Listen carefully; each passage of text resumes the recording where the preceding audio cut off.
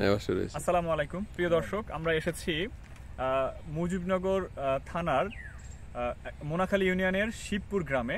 এখানে আমাদের যৌথ চাষে ব্যবহার করা হয়েছে মিরাক্কেল গ্রোথ এবং পেঁয়াজের ভিতরে আছে দেখতে পাচ্ছেন যে কলা গাছ।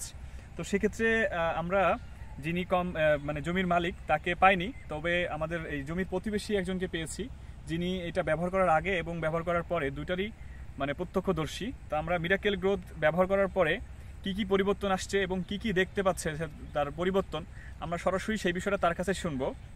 তো ভাই, আপনি তো এই জমিতে মিরাক্কেল গ্রোথ ব্যবহার করার আগেও দেখছেন এবং মিরাক্কেল গ্রোথ ব্যবহার করার পরেও দেখছেন, কি কি পরিবর্তন আপনি দেখছেন গাছের? এই সারটা ব্যবহার করার আগে গাছ ছিল আপনার কালার ভালো ছিল না, কালো ছিল না।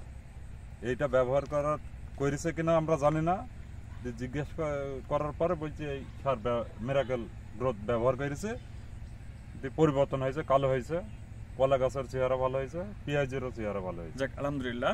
তো সেক্ষেত্রে আপনার একটু জমিটা দেখবেন যে দেখেন পেঁয়াজ কিন্তু একদম কালো, যে কালার অরিজিনাল যে কালারটা সেই কালারটা কিন্তু ফিরে আসছে পেঁয়াজে। জি জি জি। হ্যাঁ, তো সেক্ষেত্রে আলহামদুলিল্লাহ আশা করছি ফলনটাও খুব ভালো হবে এবং পেঁয়াজের যে সাইজ অরিজিনাল সাইজ থাকবে এবং সাইজ কি হবে না, ক্যাট হবে না এবং সুন্দর করে সাইজ থাকবে।